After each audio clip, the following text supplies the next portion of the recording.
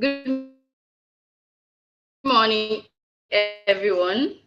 Welcome to today's session, where we'll be diving into the world of clinical chemistry and hematology. I'm Favor Ofem, the team lead of Molecular Lab, and I'll be your host for today's webinar session. We have an exciting lineup of speakers, and they'll be sharing with us on the pre-analytical issues in the laboratory. Now, before we dive into this topic, let's get acquainted with our esteemed organization. SYNLAB is a leading medical diagnostic service provider whose mission is to provide actionable diagnostic information for a healthier life through a customer-centric approach. With a vast network of laboratories and highly skilled professionals, SYNLAB Nigeria ensures accurate and timely results, enabling patient care and treatment. We offer a wide range of diagnostic blood work, from routine tests to highly specialized tests. For more information about us, you can visit our website at www.synlab.com.ng. You can also subscribe to our YouTube channels and our podcast channels. Now, as we know, laboratory diagnosis play a fundamental role in healthcare decision making.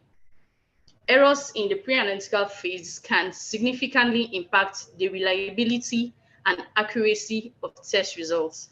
Therefore, understanding and addressing these pre-analytical challenges are of utmost importance to delivering optimal patient care. Now, without further ado, I'm delighted to announce or introduce to you our distinguished speakers who are experts in the field of both clinical chemistry and hematology. And they have made significant contributions to medical science, especially here at SYNLAB Nigeria. Our first speaker is Dr. Olani Owoye. He's a distinguished hematologist with extensive experience in the diagnosis and treatment of various blood disorders. His educational journey culminated from his graduation in the University of Ilorin, where he obtained his MBBS degree in 2008. Thereafter, he became a fellow in the West African College of Physicians in 2019. His dedication to promoting sickle cell awareness is evident through his position as the Public Relations Officer in the Association of Prevention of Sickle Cell Anemia in Nigeria. Dr. Lani is a well sought after speaker at international conferences, and his dedication to advancing laboratory practice and addressing pre-analytical challenges has been instrumental in SYNLAB Nigeria's pursuit of excellence, where he serves as the consultant hematologist. Now, joining us, our second speaker is the highly esteemed chemical pathologist in the person of Dr. Olushola Omoyele. She has been at the forefront of implementing standardized protocols to address these pre-analytical issues and improve diagnostic accuracy. She graduated from the Obafemi Awolowo University, where she got her MBCHB in 2007. She further proceeded to acquire a master in clinical pathology from the University of Lagos in 2018 and became a fellow in the West African College of Medicine in 2020. She currently serves as the consultant chemical pathologist here at SYNLAB Nigeria and has been an integral part of the company, playing a vital role in enhancing laboratory practices and ensuring the highest standards of quality. Now that we have introduced our speaker, let's take a look at the agenda for today, phase in the laboratory.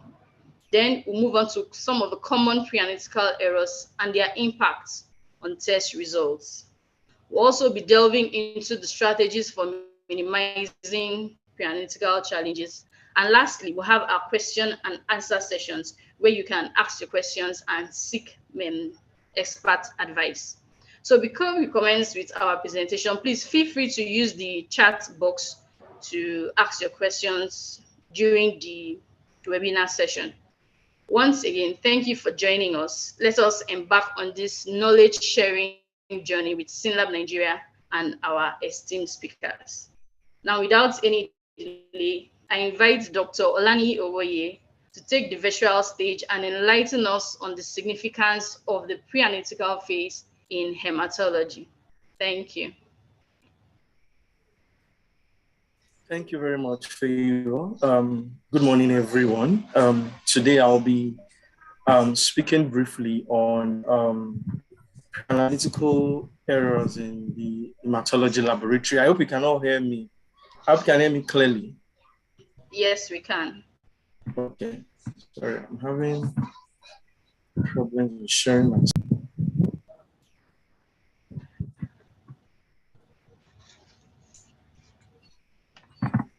Okay.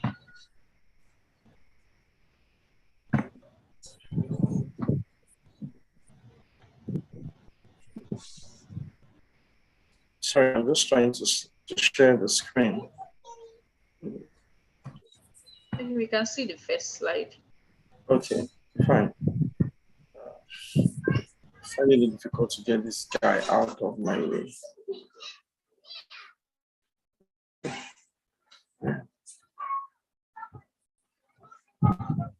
All right. I hope we can all see the slides now. Yeah, I hope we can all see the slides. Yes, sir, we can see the slide. Yes, yes sir, okay, we can. Fine. All right. So without further ado, I'll be speaking on pre-analytical errors in hematology. And the objectives of the webinar today is for us to understand the pre-analytical part of the total laboratory testing process, to understand what pre-analytical errors are in the hematology laboratory, to understand the magnitude of pre-analytical errors and how they affect lab results. And of course, lastly, to know how to prevent pre-analytical errors.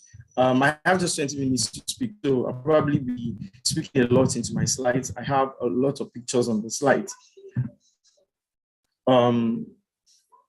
This is a very beautiful, as we can see, a very beautiful wheel here. And this wheel is just it's like a pie chart. I call it the cycle of wellness. That's what I call it. And then on this wheel, you can see it's very, very clear, the diagnostic phase of wellness, and then of course the laboratory phase. It's just trying to drop a correlation between what happens in the clinics and then what happens in the labs. And of course, also to try as much as possible to enable us to see how the pre-analytical phase of laboratory testing relates to these things. If you go through, follow the cycle, the first thing I want to talk about is a little bit part, the green part of the pie chart. Patient is being seen by a doctor. The larger part, the blue part, the problem is identified, and of course, the doctor decides that the problem he or she identifies requires a laboratory-based information, and the doctor decides on what information is required and what tests will provide the best information. And of course, the doctor goes ahead to make a requisition, and that's where the pre-analytical phase starts. And I want us to pay attention, most especially to the laboratory phase of my cycle of wellness. In the laboratory phase, you can see that there are actually three parts to it. Larger in orange, pre-analytical phase. The smaller, it's like the smallest of it all, the analytical phase in gray, and then the post-analytical phase in yellow. In pre-analytical phase, the requisition is made, appropriate specimen is obtained, the specimen is transported to the laboratory and stored if necessary. So basically, the pre-analytical phase is a phase that starts with test requisition and ends at the bench and hangs on the bench where a requisition is made, and then the analytical phase is at the bench where the specimen is tested, after which the sample is analyzed and the result is released to the doctor, who makes a decision based on the result that has been released. So we can see from this cycle that the laboratory is key to a good healthcare delivery, is also key to the wellness of the patient. So that basically means that without a good laboratory, it's not likely you're going to be able to make any headway in the diagnosis of disease. And it's an established fact that 70% of diagnosis made is dependent on laboratory tests. Total laboratory process starts with, as I said earlier, on test requisition and ends with receipts of results. It consists of three processes, as I had said earlier, on pre-analytical, analytical, and post-analytical.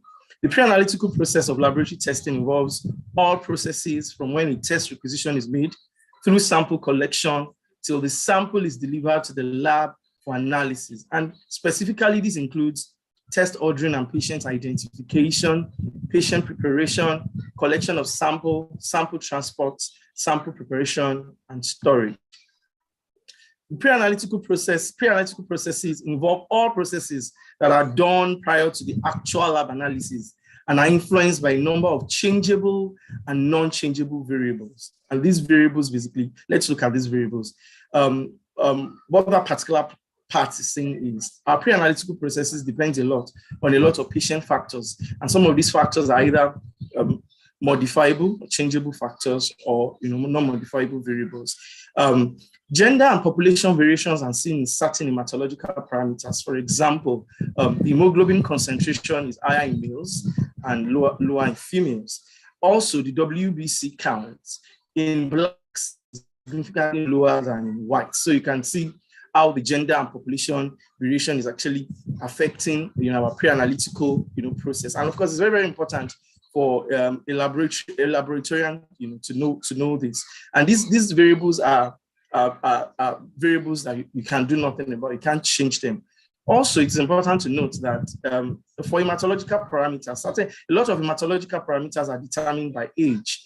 Most of the times, adult values of hematological parameters are not reached until when someone is an adolescent. So that means when you have values in children, in infants, the values you have are not the same as the ones you get in adults. And of course, the circadian rhythm, the time of the day, can also affect the hematological variables. In fact, the variation can be as much as 20% sometimes during the day.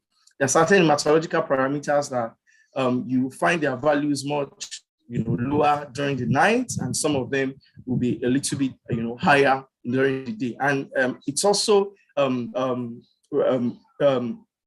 it's one of the things that is required to actually get optimal results. And it's been said that you need to collect blood samples between 7 a.m. to 9 a.m. That's when you probably will get most of your parameters in their optimal concentrations. Well, obviously we know that this will not hold true in all our laboratories and then in the hospitals, because patients can come at any time, and then and whenever patients comes, we have to attend to them. So it's important for us to know that circadian rhythm also affects hematological parameters. Altitude, people who live at high altitudes of greater than 3,600 meters, it's been found to increase hemoglobin concentration.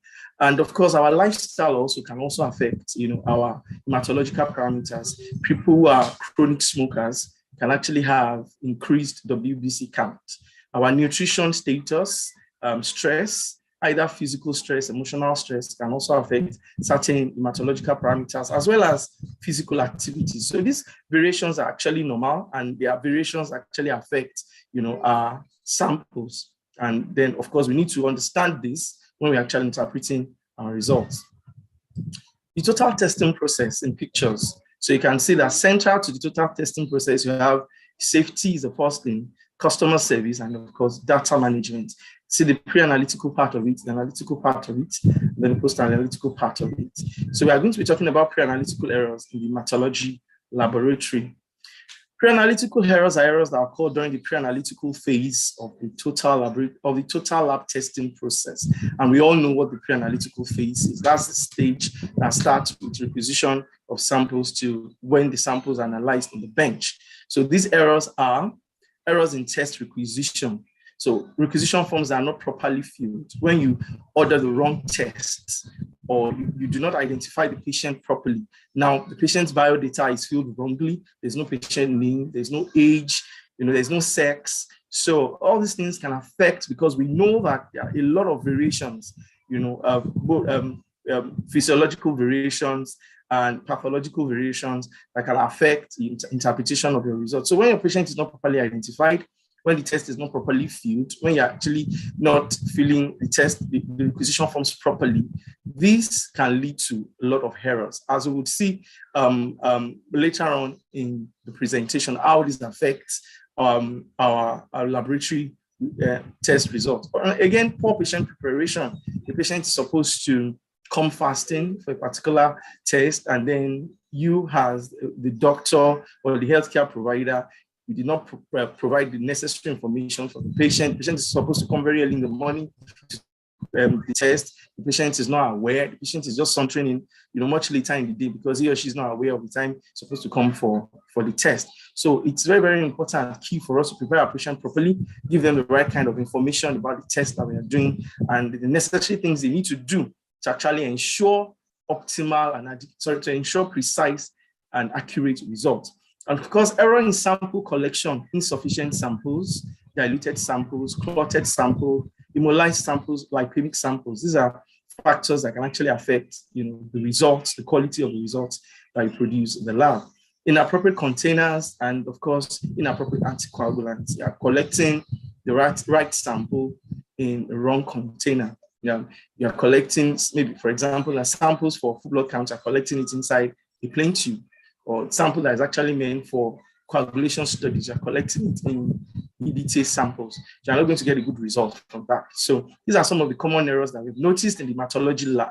So, and it's a global problem.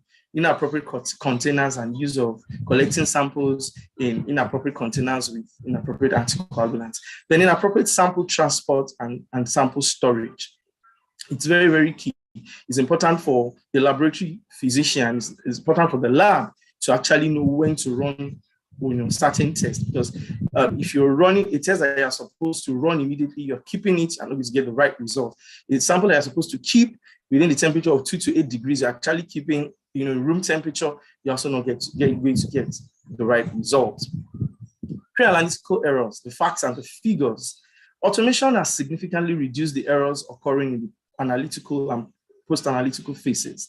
However, the pre-analytical phase is still very much prone to errors, as it is the most automated phase of the lab testing process and largely dependent on manual labor. Also, lots of health personnel as well as patients are involved in this stage. Now, this stage is the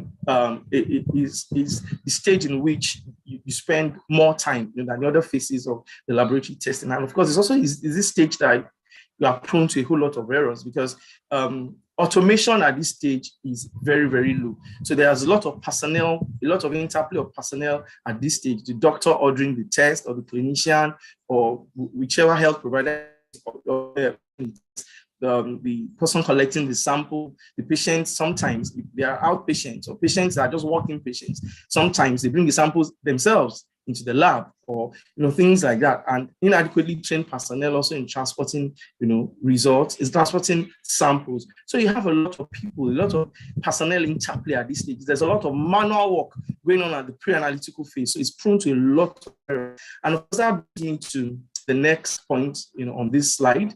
Globally, pre-analytical errors are the most common errors in the laboratory. It makes a whole lot of sense because it's actually at this stage that you have a lot of human, there's a lot of human interface and interference. So a lot could actually go wrong at this stage. Either the person ordering the test, the person collecting the sample, the patient that doesn't even know what he or she should do to actually get good results, and person transporting the sample and then person storing it. So there's a whole lot of human interface here. So a lot could go wrong.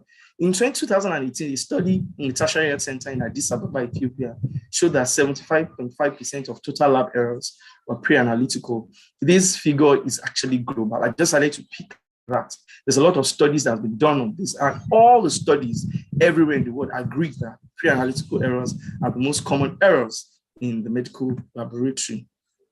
Furthermore, a study done in a teaching hospital in Jos, North Central Nigeria in 2018 showed the highest contributors to pre-analytical errors over a 1-year period. So the study was done in Jos, a retrospective study, and the following factors were seen as the highest contributors to pre-analytical errors: inadequate labeling of specimens, poor filling of request forms,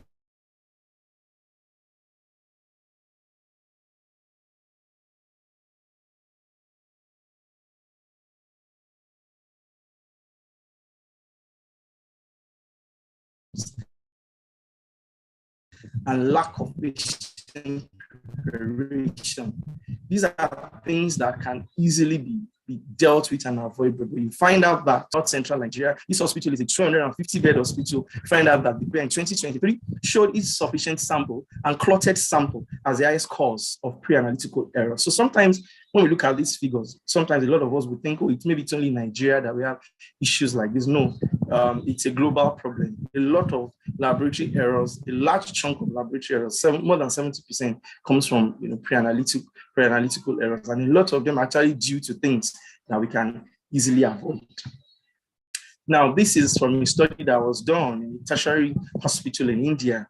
As you can see, that the highest number of pre-analytical errors was coming from insufficient sample, the ISQ, 52.24% of the errors were coming from insufficient samples, and 41.26% were from clotted samples, and all the others are not so many, coming from lipemic samples, hemolyzed samples, sample mismatch, and overfill of samples constituted the remaining percentages. So what this particular slide is showing is that even in India also, the commonest cause of pre-analytical error for them is inadequate sample. So when we compare these regions together, the study done in Nigeria and then the one done in Saudi Arabia and India, you see that while you have inappropriate filling of requisition forms and poor patient preparation has one of the commonest causes in Nigeria, you find out that in Asian countries, it's a little bit different.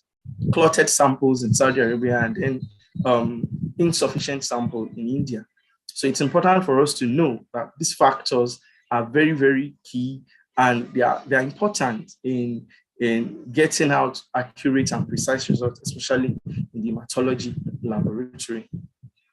Now, from that study also, find out that in that hospital tertiary center, most of the hematological samples were full blood count and ESR, about 7.5%, and then the other coming from coagulation studies. But it is interesting to note that most of the errors were actually coming from coagulation errors, and then less percentages from errors from full blood count. Now, for the coagulation error, the reason for this is because for coagulation samples, you are required to actually fill up your sample to actually the particular volume must be maintained.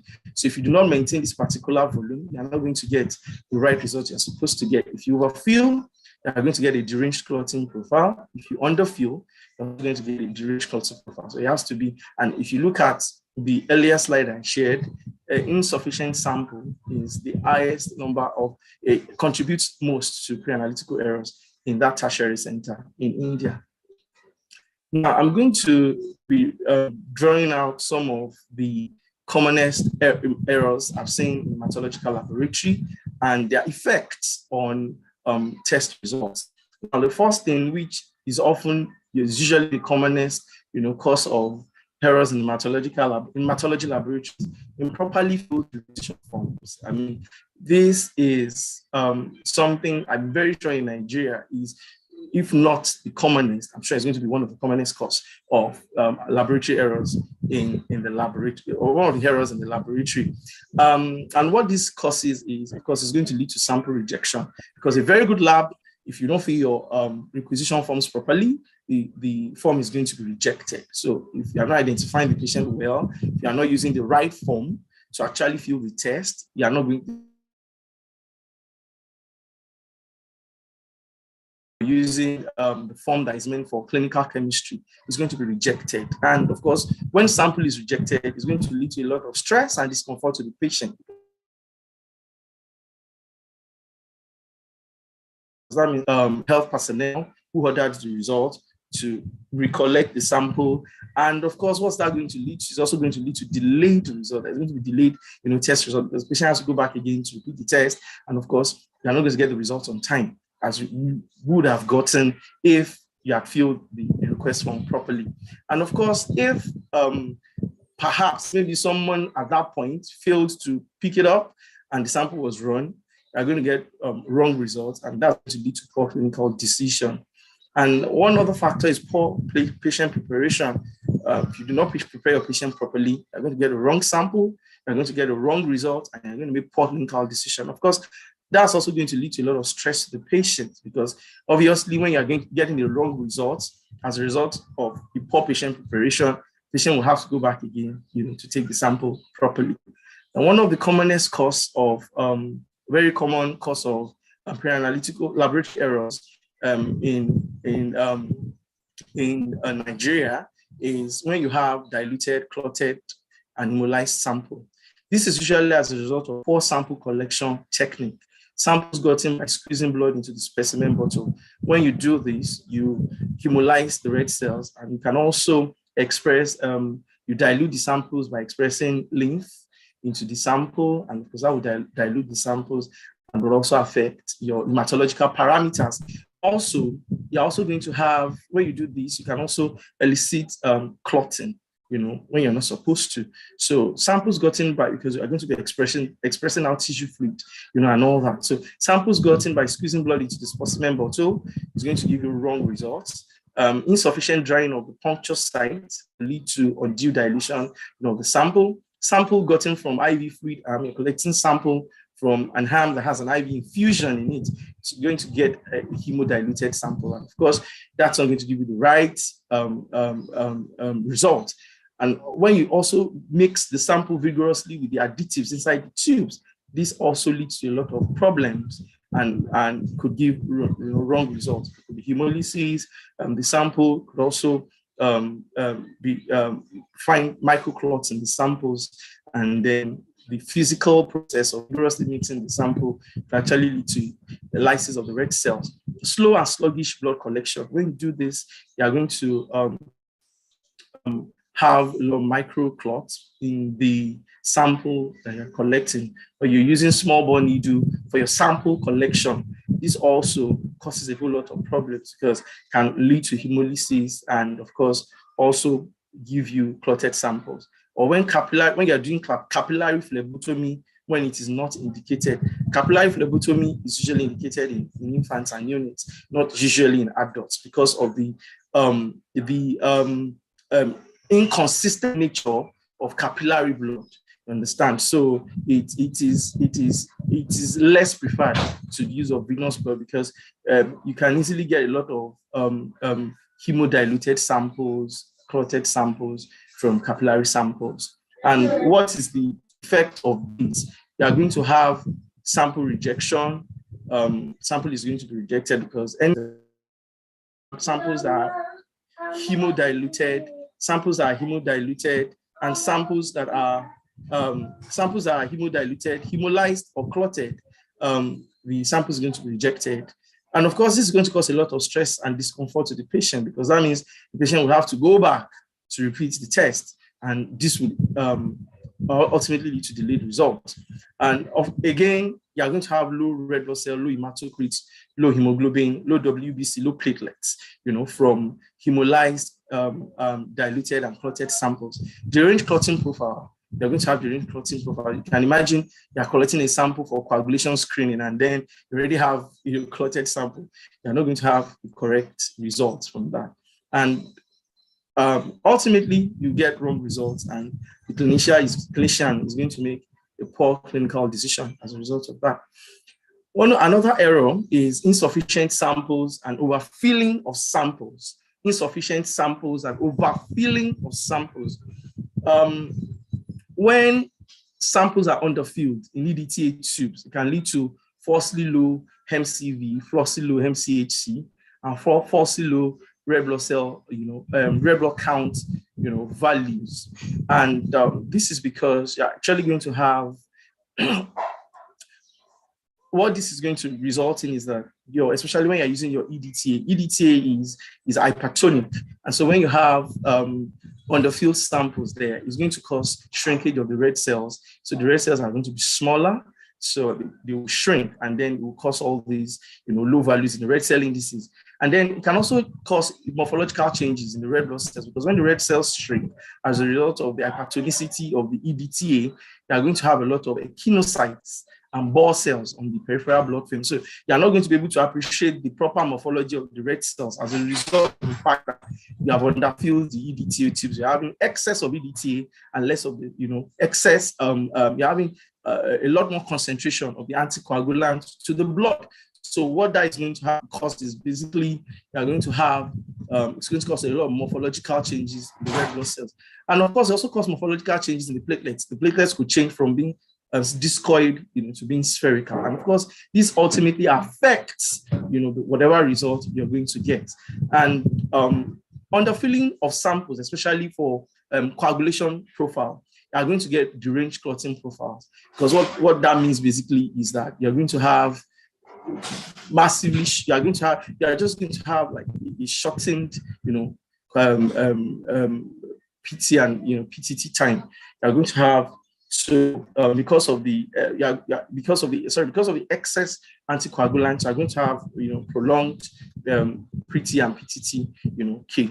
And overfilling sample tubes provoke clotting and lead to low platelet counts and deranged clotting profile, because in this case, you're going to now have less of the anticoagulants and you're going to have more of the ratio for ratio. You're going to have more of the sample and less of the anticoagulants. So especially if you are doing this for an EDTA sample, this is going to provoke clotting. And when you have clots in your sample, then the sample is going to get rejected. This will also lead to low platelet counts and deranged clotting profile, especially for coagulation profile. You're overfilling the samples. So basically here you're having less of the anticoagulants too, and then more of the samples. What does this lead to? It's basically a common pathway: sample rejection, stress, discomfort to the patient, delayed result, and ultimately wrong results and poor clinical decision by the clinicians. One of the things we also see, like when you have lipemic samples, I will show you slides that show lipemic samples, hemolyzed samples, and clotted samples later on in the presentation. So when you have hyperlipidemia, your triglyceride is about over 508 grams per day. It can induce higher results of hemoglobin and MCHC due to direct interference on, the measurement of hemoglobin on some equipment, like the Coulter instrument. And when you have lipid droplets, it could also interfere with platelet counts on the Bayer instrument. So it's important for us to actually know this. So lipemic samples is a no-no for certain studies in the hematological laboratory. Once you have lipemic samples, the sample is going to get rejected. I just put this there for us to note that when you have high blood glucose, it can also give you inaccurate MCV, hematocrit, and MCHC. This is because of the osmotically active nature of glucose. So it's going to cause the red cell to swell, and then you're going to have falsely high MCV and falsely high hematocrit and low MCHC. And the result of this is what we all know: sample will get rejected, there will be delayed TAT. And if the sample ever gets run in a lab that is not paying attention to what they should do, it's going to generate wrong results, and then you have poor clinical decision. Another common error, pre-analytical error, is improper sample mixing. When you don't mix your sample properly, when you don't mix it adequately, or you mix it vigorously. I earlier talked about where you mix your samples vigorously. You're actually supposed to gently invert samples where you collect them to allow for proper mixing with anticoagulant. So, but when you don't mix your sample properly, what's going to happen? You're going to have platelet aggregates, and then there will be formation of microclots. And of course, as a result of this, you're going to have increased mean platelet volume, MPV. And other parameters that will be affected is the red blood cell count. It will be low, hemoglobin will be low, hematocrit will be low. We all know what that leads to at the end of the day. So another error that is common in hematology lab, pre-analytical error, is errors from sample storage. It's important to note that most of the hematological parameters should be measured immediately or within few hours. Now, at room temperature, the degeneration of WBC, of the white blood cells rather, occurs within 3 to 4 hours, and there will be an apparent increase in the number of band granulocytes that you see on peripheral blood film. So when you're making peripheral blood film, you shouldn't keep the sample for long. You should make the film immediately after collection of the sample so that you get good results, especially when the hematologist is trying to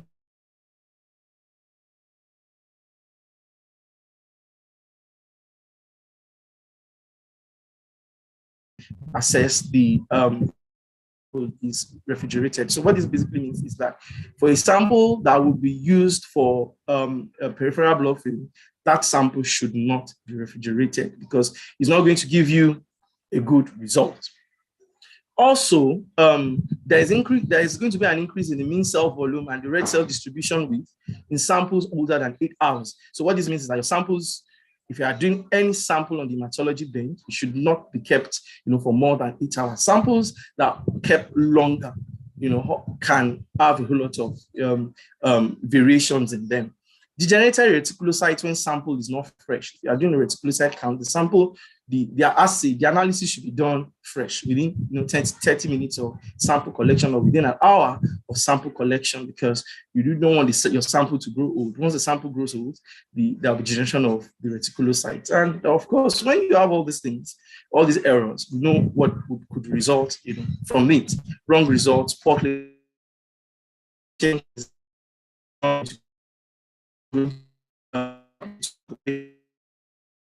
For optimal automation results for hematological parameters, samples should not be kept longer than 8 hours at room temperature, and not more than a week at a temperature of 2 to 8 degrees. That means you should not keep your sample stored for more than 1 week in the refrigerator. And then for samples that you keep at room temperature, ideally you shouldn't keep for more than 8 hours. So these are slides showing some of the samples I'd already mentioned earlier. For my own left here, the first sample in the red cap tube is hemolyzed sample. You can see the serum, how reddish the serum is. That's an hemolyzed sample. So if you present a sample like this especially for your full blood count studies, for platelet, for coagulation studies, the sample is going to get rejected. So that's what a hemolyzed sample looks like. The middle two samples are lipemic samples. One, you see lots of, and see the first one out of the two is very, very cloudy. And the second one is less cloudy, but those are lipemic samples. And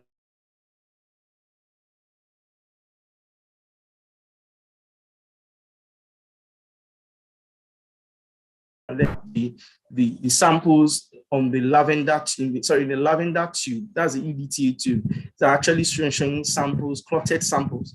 These are all clotted samples. So you can see that the sample looks congealed in the tube. When you get samples like this in the lab, it's going to get rejected. It's not going to be analyzed. Ultimately, the summary of what I've said is all these factors worsen morbidity and mortality. They increase that, and of course, this increases the cost of healthcare and adversely affects the quality, of healthcare delivery. So when you don't get the right sample, when the right sample is not analyzed, when the right sample is not put into the right tube, when the patient is not properly identified, when you have a lot of all these errors, what that translates to is that there's going to be increase in the cost of healthcare, and this also worsens the patient's morbidity and mortality. So it's important for us to pay very close attention to pre-analytical errors, because they are it's very, very key in producing good lab results and delivering optimal healthcare to the patient. So how do we prevent pre-analytical errors? There are three C's here that I put on this slide. The first thing is continuous training and performance evaluation of paramedical staff and residents. We cannot overemphasize it. So people that are working in the laboratory and clinicians, healthcare providers should be properly trained continuously on these, so that we would reduce pre-analytical errors to the barest minimum. And we cannot overemphasize this. So people need to be aware, they need to know what they need to do, and they need to know how to identify, rejection, sample rejection criteria, and also need to know what to do to actually get the right sample for the right test. The next point here is coordination and communication between clinical and lab personnel. This is very, very important.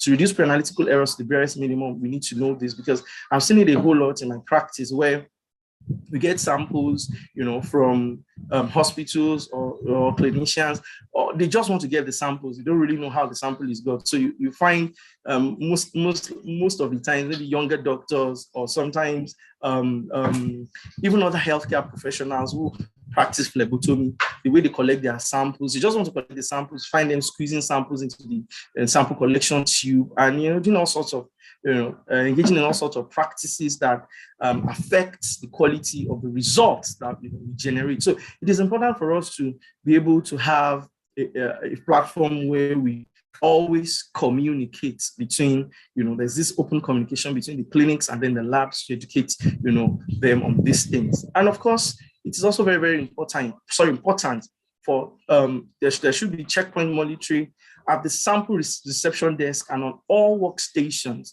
because ideally, when you have a sample that is not properly collected, it should be rejected. But you find out that a lot of times you still find these samples being wrong, and then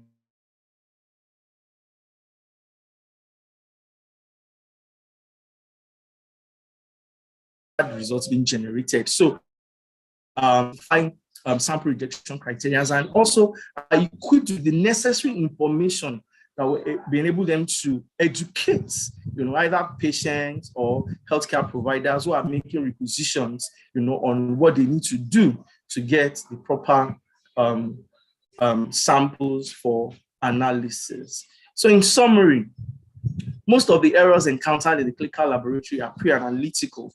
Pre-analytical errors in the hematology laboratory have significant effects on the results generated. These results increase the cost of healthcare and may lead to poor clinical outcomes, which worsens morbidity and mortality. Pre-analytical errors in the hematology laboratory should be avoided and reduced to the barest minimum. I know we all have to agree with this, because a whole lot of all these errors that I listed earlier, they are avoidable. They are errors that are avoidable. Most of the errors in the hematology laboratory should be avoided, and we should try as much as possible to reduce them to the barest minimum. These are my references. Thank you very much, Dr. Owoye. It was quite a lecture.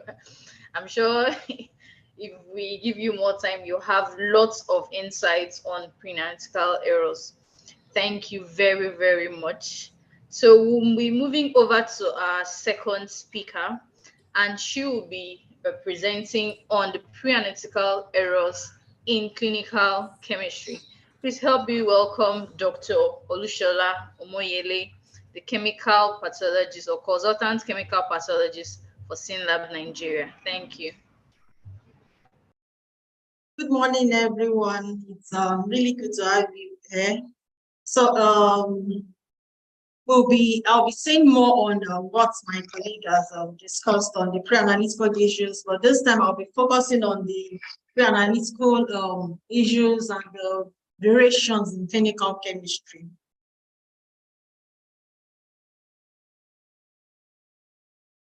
So the objectives are to understand the pre-analytical variables. So when I say pre-analytical variables, I mean sources of variation in results or interpretation of results that are due to factors before the testing, and then to also that are shared with unacceptable blood samples, and also to discuss the measures to reduce the number of these unacceptable samples and rate of sample rejection.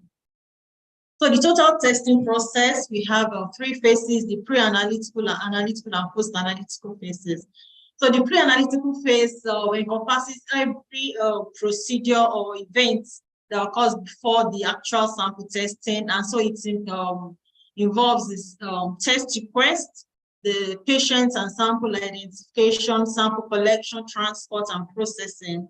The analytical phase is the actual testing in the lab, and then the post-analytical phase, which involves test reporting and interpretation. So what are these pre-analytical variables or sources of variation? They are, okay, I've mentioned some of them earlier.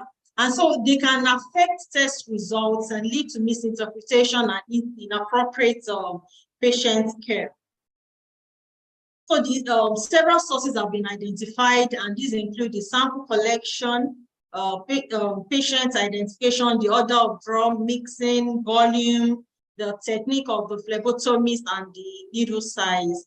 Some can be detected, some of these variables can be detected by visual inspection. For instance, if the sample is immunized, enteric, or lipemic, at the point of reception, this can be identified and the sample may be rejected for the immunized sample. Others are not readily detectable. So the laboratory requires a high index of suspicion to identify such errors. So these are the pre-analytical variables. I'll broadly classify them as influencing and interfering factors. And it's important to put these factors into consideration in all phases of factors or variables that can cause variation in concentration of analytes. So these factors do not directly affect the analytical phase, but it can affect the interpretation of the result. So when there is an influencing factor, what the result that is being generated is the true concentration of that analyte in the patient's body.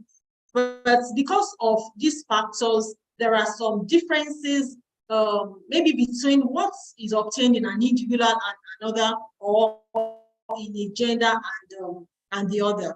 So for interfering factors, they cause disruption in the analytical process, and in some cases they may be eliminated by a change in methodology. So these influencing factors could be modifiable or non-modifiable, while the interfering factors could be endogenous or exogenous. Endogenous factors are those that are inherent to the patient. So they are those maybe something that is within the body of the patient, while exogenous factors are from other causes other than the patient. So these are the non-modifiable influencing factors. And the first is age. So it is important to see factors. For instance, alkaline phosphatase in children is higher than adults. This is because children are growing. Because so there's more activity in this enzyme in the system. So it is expected that we have a higher ALP. So when one sees a high ALP value in a child, it's compared to what is obtained in an adult. It is important to then make reference to the reference interval, reference range for that particular. So this is where the reference interval comes in. And then for neonates have higher bilirubin levels because the liver enzymes are not mature enough to process that bilirubin. So it is normal to have a slightly higher bilirubin level in neonates when compared to what is obtained in an adult. Then for the gender, men have a larger muscle bulk. So those enzymes or analytes that are related to the muscle bulk are generally higher in men. So we have higher compared to women. So for this, we have different reference intervals for the genders. Another important non-modifiable factor is the race. So it's been found that creatinine and creatine kinase are higher in Africans when compared to Caucasians. Therefore, in pregnancy, when a request is made for a pregnant woman, it is important to indicate this in the column or space for clinical diagnosis, because some analytes are expected to be lower in pregnancy. For instance, urea. So in pregnancy, there is some hemodilution. So if a slightly lower urea level is obtained in a pregnant woman, then there is no cause to worry about this. Then circadian rhythm is expected difference in concentration throughout a day. And some analytes affected, such as the serum iron. So for serum iron, the level in the morning could be as much as 50% higher than what is obtained much later in the day. So it is advised that samples for serial monitoring are collected at about the same time of the day. What I mean is, if a particular patient is being managed for instance, iron deficiency, and we want to see improvement, if the first sample was collected at 8 a.m., they would advise that the next sample, which is to be compared with the initial result, should become also be collected at about that same time of the day. So now the modifiable influencing factors, use of some medications. Some medications can affect some metabolic processes in the body. For instance, phenobarbital, which is used for seizure disorders, can increase some liver enzymes like the GGT. So if we have a result in the laboratory and we're seeing a high GGT, other analytes are essentially within the reference intervals, and it's stated in the clinical diagnosis that the patient is on phenobarbital, then we have an explanation for that particular result, and this helps to prevent repeating and rerunning those tests. Another is alcohol intake. For a client that has consumed alcohol significantly, a high GGT level is expected. So when we see this and is indicated that there is alcohol, significant alcohol consumption, then the results, one is comfortable with the results obtained. Another analyte that chronic alcohol consumption affects is the carbohydrate deficient transferrin. So for smoking also affects some analytes that, like the carbohydrate carcinoembryonic antigen. So the reference interval in smokers and non-smokers are different. So it's important when requesting this tumor marker to indicate if the patient smokes or not. Same with physical activity. There are some analytes that change with rigorous physical activity, especially those analytes that are related to muscle activity, like the creatine kinase and lactate dehydrogenase. So it's advised that when these are to be tested, the patient should not engage in rigorous physical activity. Some analytes are also affected by change in position. For instance, serum, protein, and those analytes that are bound to protein in the body. So if a patient has been in the supine position for a long time, there's intro of fluid from the tissues into the blood vessels. So there's going to be a slightly lower level of these proteins and some other analytes bound to protein like calcium and cholesterol. So when interpreting such results, especially comparing results for an ambulatory patient and one that has been in the supine position, it's important to put this into consideration. Another factor is the diet, the fasting and non-fasting states. So consumption of food affects glucose and triglycerides. So it's important to state if a patient is fasting or the sample was taken in the postprandial state.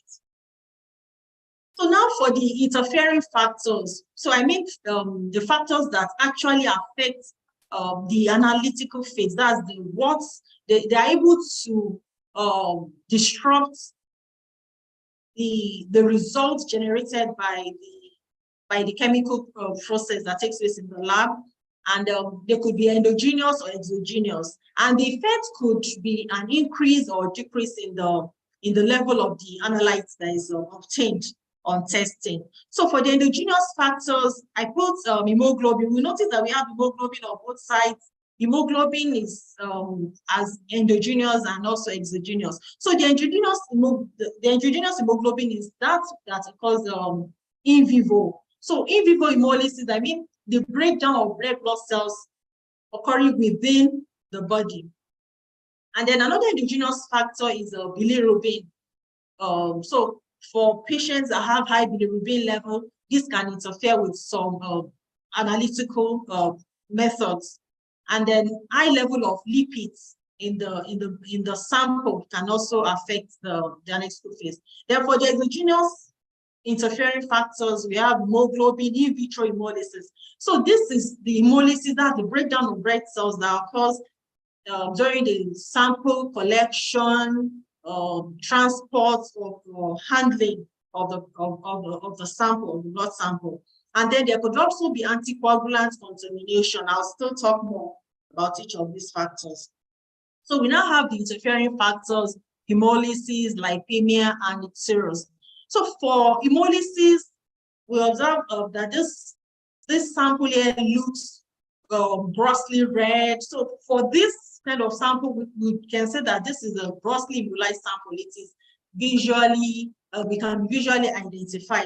So for this kind of sample, there are some particular analytes that we would not run this grossly immunized sample on. For instance, potassium, the red cells have been broken down, the content of red cells have been released, and this can affect a number of analytes, which I'll still talk about. And then we have the lipemic sample just next to it. We have the one next to the lipemic sample is what the serum should look like. And just beside this is a teric sample, which has the yellowish green coloration. So when we say lipemia in clinical chemistry, we mean elevation of lipids in serum or plasma sample. It gives the sample a pale yellow appearance. And lipemia could be due to inherited or acquired causes. If the acquired causes, for instance, if the patient has hypercholesterolemia or hypertriglyceridemia, this can cause affect the the method, that's analytical phase. And then we have some inherited causes like the hyperlipoproteinemia or chylomicronemia, which are inherited. So there are so many things that can cause lipemia. So from whatever cause, whether it is inherited or acquired, they have the same effect on the testing process. And then this lipemia could interfere with a number of tests, a number of analytes like sodium, that's electrolyte, so it can have some dilutional effect. But the good thing about lipemia for electrolytes is that the methodology that is used, that is commonly used now, that's the ion select electrode, the direct ISE, is able to bypass this interference from lipemia. But lipemia, especially when it is very high, the triglyceride and transaminase are very high, still interferes with a number of testing processes in the lab. But if this is identified, for instance, the grossly lipemic sample cannot be rejected if it is due to, for instance, an endogenous cause. So what we do is to use a different methodology that has a higher threshold for lipemia. So, and then this will be able to generate results. So icterus is the elevation of bilirubin in serum or plasma. It can be seen, it can be identified as a yellow-green coloration as shown in the picture earlier. And high bilirubin could also be due to acquired or inherited causes. And icterus is of importance in neonates because hyperbilirubinemia is quite common in neonates.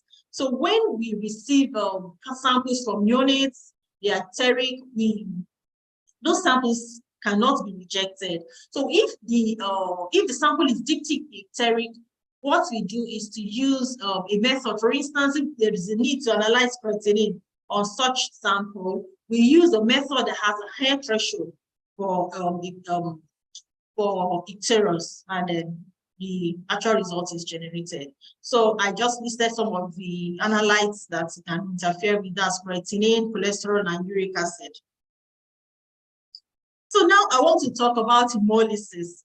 I'll be talking more on hemolysis than the previous one, because hemolysis is in many laboratories is a major, if not the most common cause of pre-analytical errors and reason for rejection of samples. So hemolysis is the release of hemoglobin and intracellular components from red blood cells into the serum or plasma. So in clinical chemistry, most of the samples we use, they are serum or plasma samples. So when we test the samples, we are interested in the concentration of those analytes within the serum or plasma. So we do not want the contents of the red blood cells to get into the serum or plasma prior testing. So I've mentioned earlier that it could be in vivo or in vitro. I've talked about the in vivo hemolysis, it also be acquired hereditary.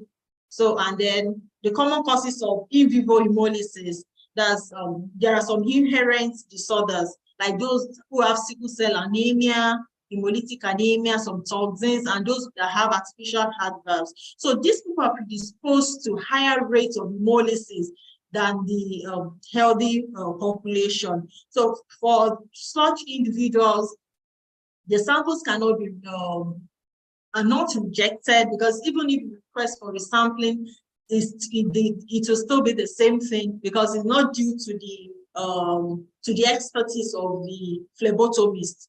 But the good thing about in vivo hemolysis is that it constitutes less than 2% of all samples with detectable hemolysis in the laboratory. So this implies that as much as 98% of hemolyzed samples that are obtained in the laboratory are due to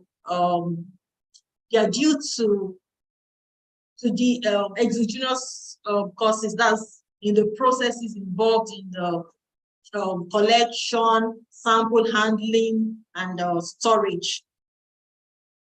So these are the exogenous. I'll still talk more of in vitro hemolysis. So it can occur during collection, transportation, and storage. So the sample appears pink or red tinged. If the hemolysis is mild, because hemolysis is in grades, the higher the concentration of hemoglobin in that sample, the deeper the color of the serum or plasma. So hemolysis can be detected visually, as seen in that picture, or photometrically. So the lab can actually quantify the amount of hemoglobin that has been released into the serum or plasma. And then there's usually a threshold for testing. So on the manufacturers indicates the amount or the level of hemoglobin at which there will be significant interference with that particular method. So every lab should pay close attention to this. So the tests that are commonly affected by hemolysis are potassium, lactate dehydrogenase, and AST. So these first three that I mentioned, they are predominantly within the cells. So once the red blood cells are lysed, these analytes that should ideally be within the red cells are released into the serum or plasma. So the level in the serum or plasma is falsely elevated. And it can also directly affect direct bilirubin and even troponin acids.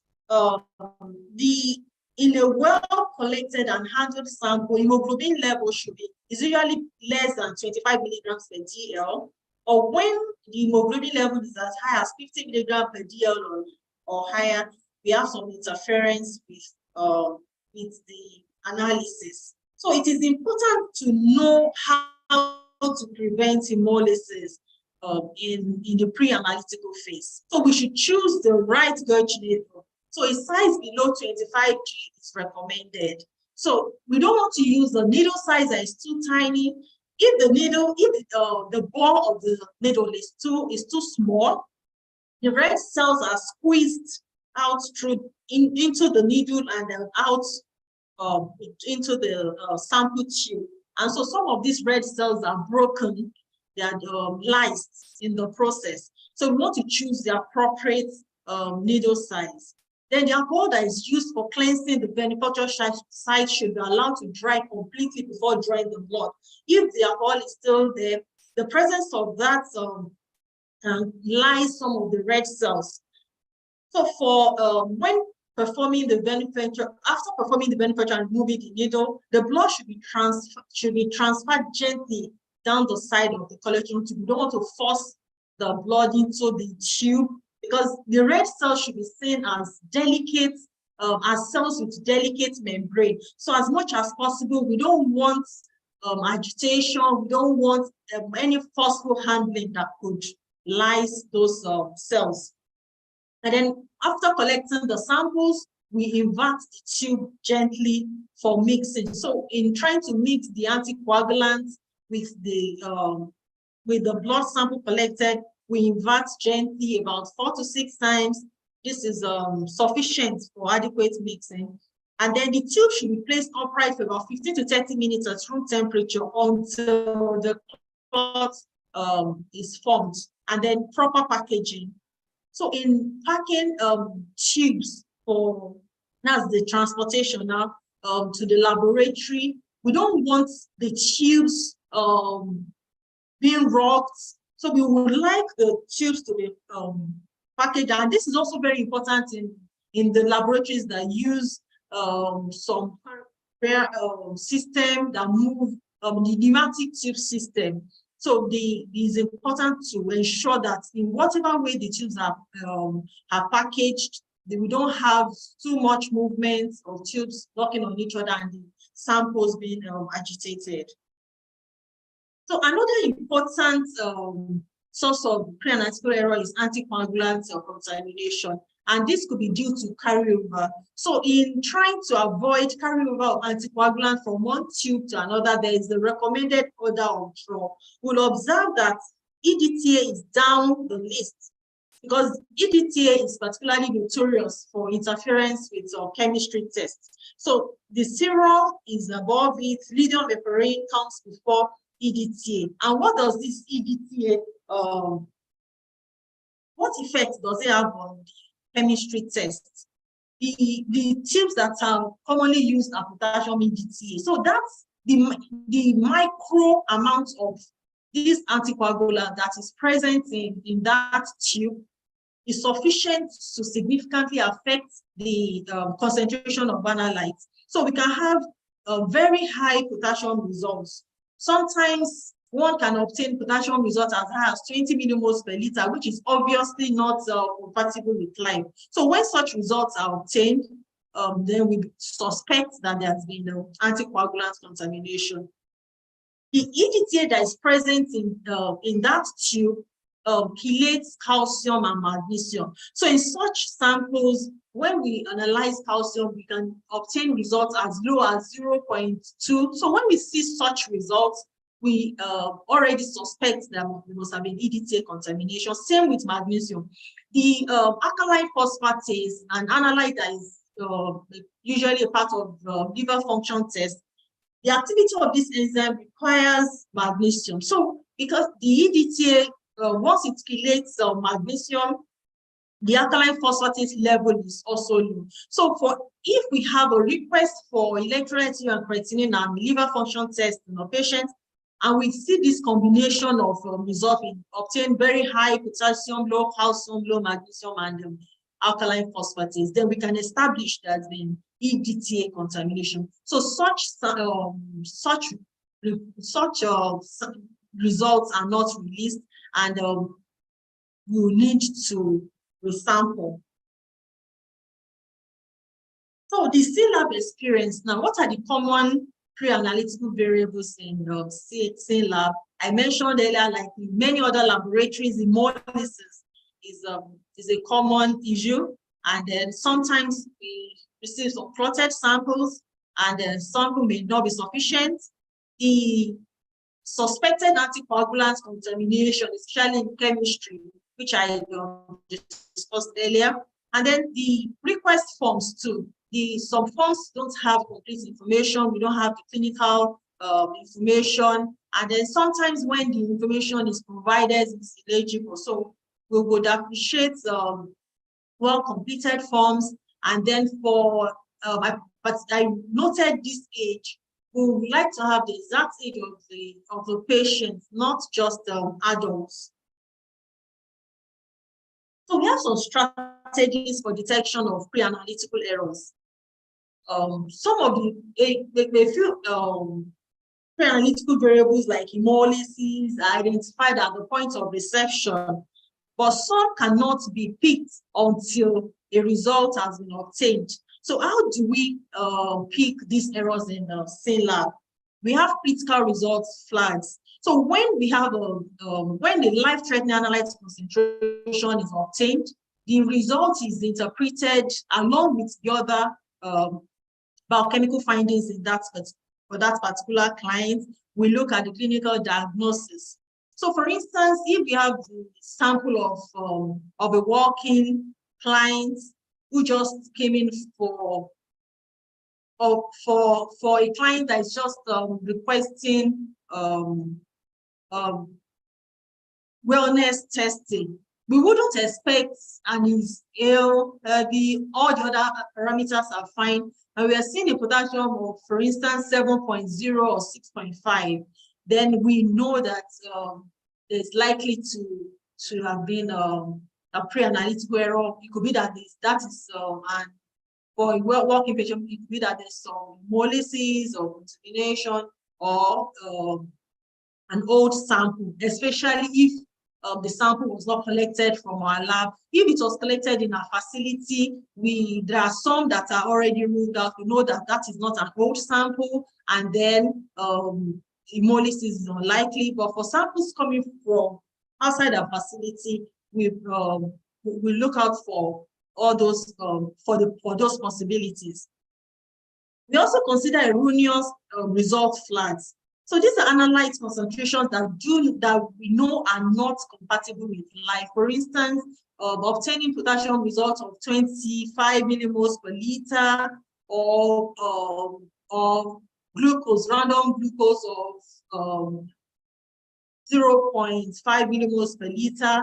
They will know that something is wrong. For instance, like the very high potassium, maybe there is EDTA, potassium EDTA contamination, and then the low glucose is possible the sample has been left, it was not processed in time. So for such samples, we do not release those results. And so this is the reason we sometimes request for a redraw at about the time that our clients will be expecting the report to be released.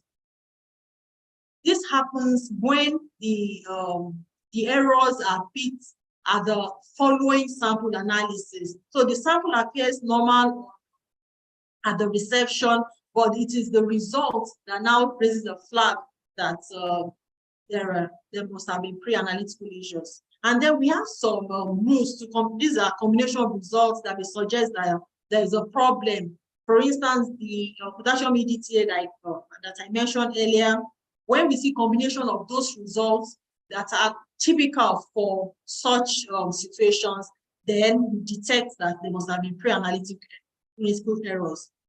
Another way of detecting pre-analytical errors is the use of serum indices.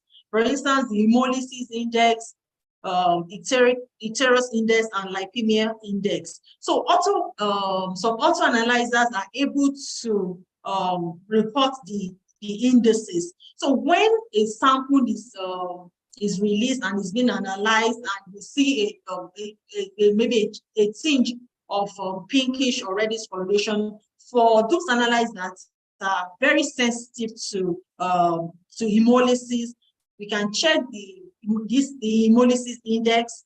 If it is not up to the threshold and the manufacturer has stated that that particular methodology is not significantly affected up to that particular concentration, then we know that there wouldn't be significant interference in that particular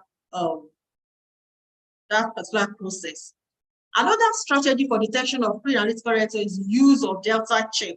So the delta check is the difference between the patient's current and previous results based on a defined time window.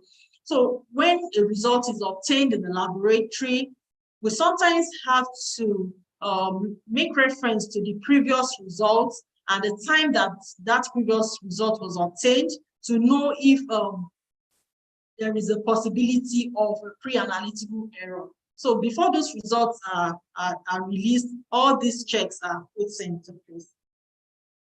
So this is a summary of this presentation, the sources of variation, and the quality indicators. So just the quality indicators are the measurable parameters that a laboratory can use to assess its performance. So I talked about test ordering, patient preparation, sample collection, processing, transportation, and storage, and the various sources of variation. Similar test name, for instance, in ordering vitamin D, we have 25 diagrams of vitamin D and 125 diagrams of vitamin D. So it is important to note which one exactly the patient requires. So we don't have errors in ordering this test. Then transcription errors. These are errors that could occur even before the sample gets to the laboratory. And so those are the quality indicators for the ordering. A laboratory can actually report the number of requests without clinical diagnosis or clinical question, the inappropriate requests, duplicate orders, and requests with errors concerning the input orders. Then for the patient preparation, the possible sources of variation that I mentioned: diet, posture, exercise, and timing of sample. The quality indicator that can help track this is the number of samples collected at inappropriate time in the laboratory. So for the sample collection, is a very long list. It could be with identification, it could be a mislabeled sample, inappropriate use of needle size, the sample volume, that's insufficient sample volume, the wrong use of the wrong tube, inadequate tube filling, anticoagulant contamination. So these are things that could cause errors, and the various quality indicators that can be used to check this are listed here. The laboratory should document the number of clotted samples, immobilized samples, lipemic and contaminated samples received within a particular period. And then for the errors that occur with the sample processing, transportation, and storage, it could be due to agitation, delayed processing, recentrifugation, and exposure to extremes of temperature, like when too cold, like freezing whole blood can lyse the cells, or very high temperature can also lead to lysis. And the quality indicators are also listed there. The laboratory can document the number of damaged samples, samples that were transported at inappropriate time, the samples that were lost or not received, or samples that were not improperly stored. So I think I should just chip this in. For bicarbonates, we often have number of tests of results with low bicarbonate, and the factor that is responsible for this, the exposure of the sample to air. So if the sample collection is done, for instance, with Vacutina, that there is a closed system, the sample is not, the tube, the cover of the tube is not open, so we don't expect the sample to be exposed to air. But if we use just the needle and syringe, and in the process of putting the sample in the tube, there's exposure, the CO2 that is within the sample tends to equilibrate with atmospheric air. So some of the CO2 will be lost. And what we are checking in the bicarbonate is the dissolved CO2. So it is important we avoid the exposure of a sample to air in samples that require bicarbonate estimation. So I think I'll stop here. Thank you so much for your attention. Thank you very much, Dr. Omoyele. It was quite insightful. I'm sure we are exhausted with a lot of knowledge. So I'm seeing lots of questions on the chat box. So I'll take them one by one. So some of the questions pertain to both the consultant chemical pathologist and the consultant hematologist. So I'll just ask the question, and then the consultant hematologist, Dr. Oye, would go first, and then still on the same question, Dr. Omoyele will give her own feedback. So one of the questions on the chat box is there any impact of medication on hematology or chemistry results? Okay, Dr. Moyele, you can start. Well, Okay, all right, thank you. Yes, medications can have an impact on the number of chemistry results. So it depends. The impact would depend on the metabolic process for that particular, or the effect of that medication on the system. So, for instance, I want to use something very simple. An individual taking anti-diabetic medications would expect that drug to have the effect of reduction in an effect on the blood glucose level. So that is an effect of a medication. I also mentioned medications affecting liver enzymes. That's the induced liver enzymes, the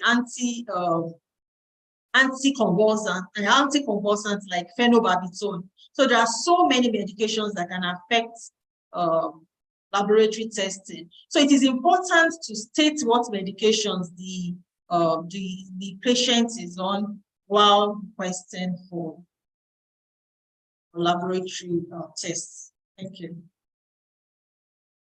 All right, thank you for that answer. So Dr. Owoye, the question is there any impact of medication on hematology results? Yeah, yeah. There are several drugs have several impacts on a whole lot of hematological parameters. For example, one of the common drugs we know, hydroxyurea. Hydroxyurea is a cytoreductive agent. Now, I think I was speaking to our scientists a while back that usually when you use hydroxyurea as a cytoreductive agent, you actually expect a reduction in the cell parameters, like your WBC count reduce, your platelet count reduce, what have you, because it basically acts like that. So if you're using it, not for its cytoreductive properties, maybe for example, you use hydroxyurea commonly for sickle cell patients, though in lesser dose, but then when you see your sickle cell patient, and then you're actually expecting that in them, you're supposed to see thrombocytosis, leukocytosis, and what have you. If they're on hydroxyurea, they could just have normal counts, because of that effect. Then of course there are some drugs also that affect, like this particular drug. It's not chloramphenicol. Yes, I was trying to remember chloramphenicol.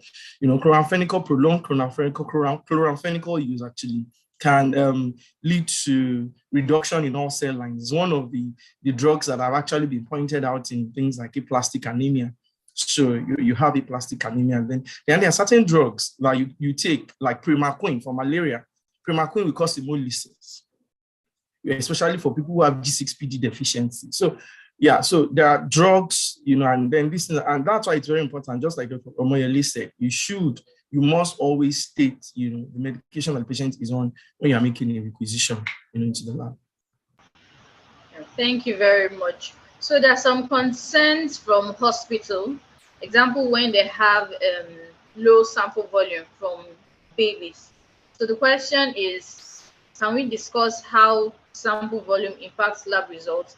And what advice would you give to those hospitals that send in insufficient sample?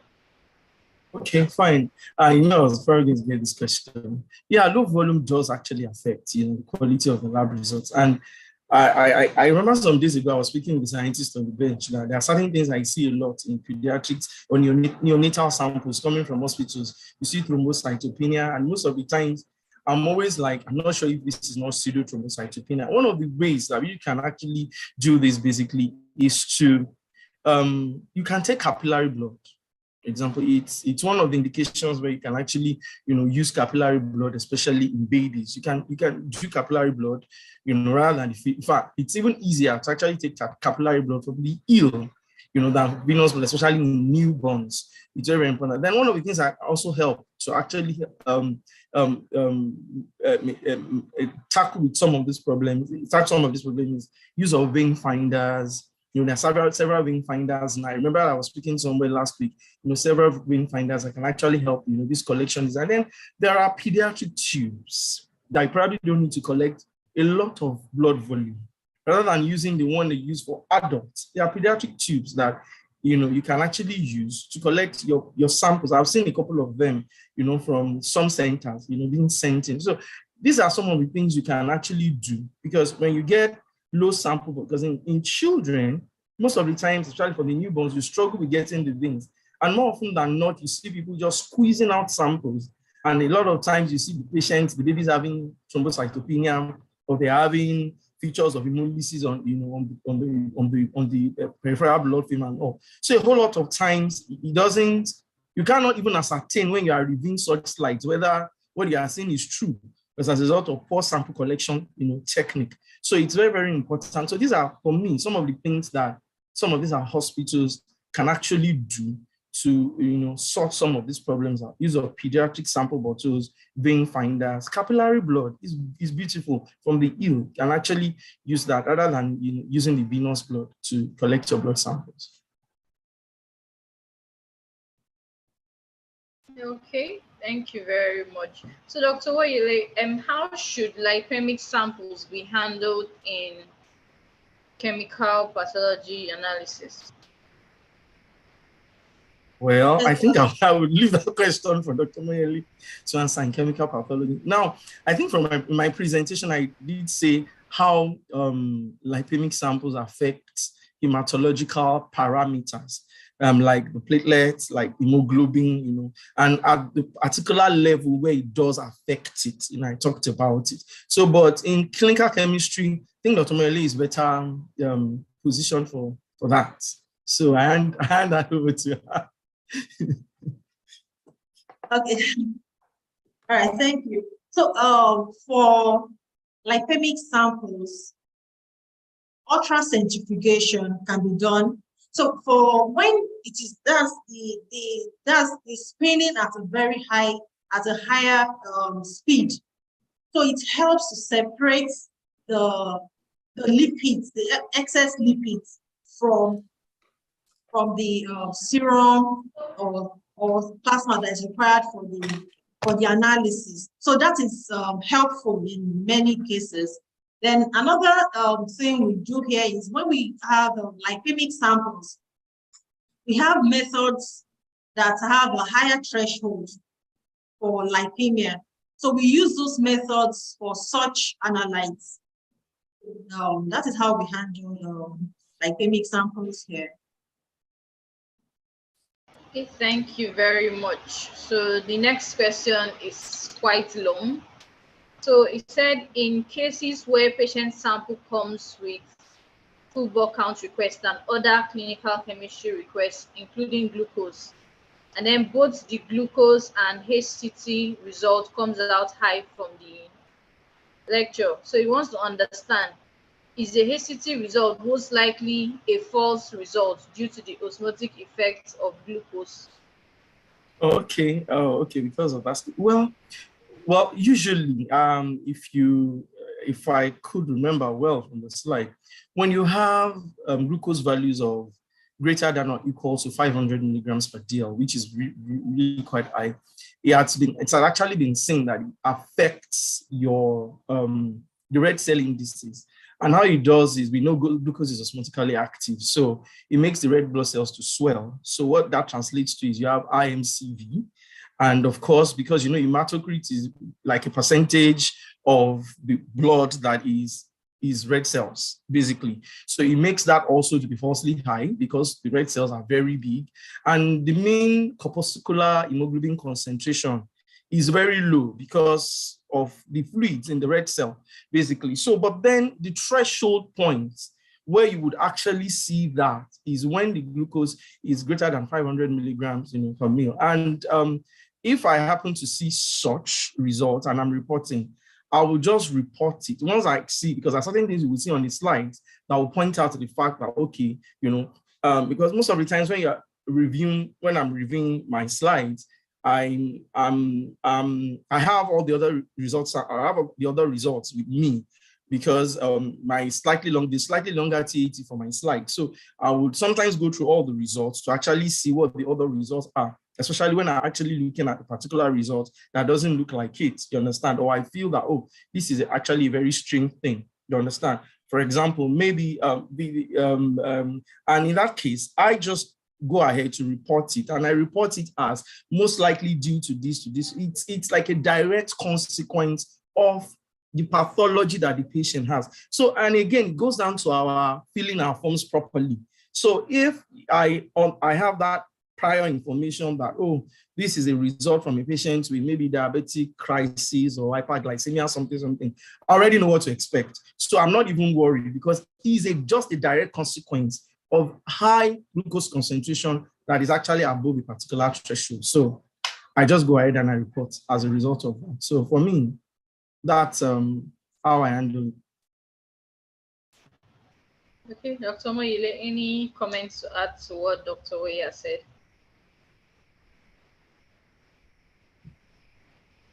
No, nothing. I'm not fine. Okay. No, because it's mainly hematological. That's effects on. Yeah. Yes. But the very high glucose too has an effect of an analyte in chemistry. That's the sodium. So for when we obtain significant hyperglycemia, that's the very high glucose level, the sodium, the serum sodium is usually low, may not be moderate to severe, but there's usually a mild reduction in sodium. And there's a formula for calculating this adjusted sodium. So for the clinician, we can just put that as a comment that the hypoglycemia could be responsible for the observed hyponatremia in this patient, and so we can adjust for the hypoglycemia using that particular formula to get the adjusted sodium level. So that's the main effect of hypoglycemia, is on sodium. Okay, thank you very much. So one of the question, is it a good practice to put samples in plain tubes in a 37-degree incubator to speed up sample clotting? I think that goes for... Okay, for me, well, I think I have to, I read the question and I had a lot more questions in my head. Like, okay, and the thing is, I mean, I know you do, when you're doing coagulation studies, coagulation profile, you incubate serum. You know, it's part of the procedure. So I'm thinking, what's this person, trying to ask? Why would you want to actually speed up clotting? In this case, I really don't get the question, because incubation of the serum at the plasma at 37 degrees is an integral part of the methodology for coagulation studies. So I don't really know what person is trying to say, because I don't really get the question. So why would you actually want to speed up the formation of clots? Is it you want to do coagulation studies, or you want to do a particular clotting profile, or you are pressed for time and you want to just get your plasma and sample? I don't get the question. Maybe the person should be a little bit more clear on that. Okay, so the next question is for Dr. Moyile. How does fist clenching affect sample collection? Okay, thank you. The fist clenching is discouraged, because when the fist is clenched, there is increased activity in the muscle. So for some particular analytes, it can affect analytes like lactate or creatine kinase can be slightly affected, and then the increased activity too. There may be some hemo concentration, and then increased acidosis too. So it's discouraged generally for chemistry testing. Can affect those analytes that can be altered at a lower pH, like the calcium. In fact, for calcium is a no-no. That's for calcium analysis, for the proteins, and then even for potassium too. So for any sample collection, fist clenching is discouraged. Okay, thank you very much. I think we have one last question. Are there emerging technologies or innovations that can help mitigate these pre-analytical issues? So I think it goes both ways, both in hematology and chemical pathology. Oh, well, I do know that right now there's a lot of talk on the full automation of the laboratory and and things like that. But then for me, it's except you get robots, AIs, and all that to collect blood samples. If you're still going to actually have humans collecting blood samples, there's no way you're going to you're really not going to be able to shake off some of these errors that come with it. You understand? So there's nothing that is impossible in science. So maybe when we get to that era of robotics, I mean, doing pretty much everything that we need to do. But as long as if you consider the processes of pre-analytical phase of the laboratory testing, I mean, it's almost like you cannot really do without, because at least even if you're actually going to get your robots to do your sample delivery, your sample transport, and whatever it is, humans still collect the samples. So for me, it's just all about training and proper training of the phlebotomists. And phlebotomists can be the doctors, the nurses, whatever it is. I did a presentation last week, and then I actually posted some pictures of centers in the world where people keep training. I mean, doctors, they keep training and practicing their phlebotomy technique on, mannequins and what have you. That way also, there's a lot of errors from that. But then the only practical way that comes to mind right now is just getting robots to take over everything, sample collection and whatever it is. So as long as you can't achieve that, then it's something you really have to really be very serious about. Okay, Dr. Moyele, still. Okay. Yes, the question again, because I didn't really get. Okay, so the person is asking, are there emerging technologies or innovations that can help mitigate these pre-analytical issues? Yes, quite a number of them. For instance, the pre-analytical phase is not just the specimen collection. We also have the handling, that's the transport and storage of samples. So for the okay, let me start with the collection. Use of vein finders. I think Dr. Okoye talked about that at the time. So that could reduce application of tourniquet for prolonged period. That's the phlebotomist does not have to prick too many times. So that will be helpful. And another thing that will also help, the use of barcode system has helped. So many laboratories are also adopting that, at least that labeling of samples, mislabeling of samples used to be a major source of error. So the use of the barcode system has contributed significantly. And then for automation, there are some portions of the pre-analytical phase that can be automated. So we have less of human input in some of those processes. So particularly for clinical chemistry, technology has really improved, has really helped. Although it's the percentage or the proportion of the errors arising from pre-analytical phase is still very high, but it has really helped in improving the outcome of results. So thank you very much. Thank you very much. It was quite an impactful session. I want to say a huge thank you to everyone who made out time to join. I'm sure you were able to learn more and understand why the laboratory, especially SYNLAB Nigeria, would send emails across for resampling so that we would deliver accurate and reliable results to you. Now, to find out more about SYNLAB Nigeria, you can visit us at our website www.synlab.com.ng. You can also subscribe to our YouTube channels for lots of educational subjects. This webinar will also be on our YouTube channels. And thank you all for listening. Do have a wonderful weekend. Bye. Bye. Bye.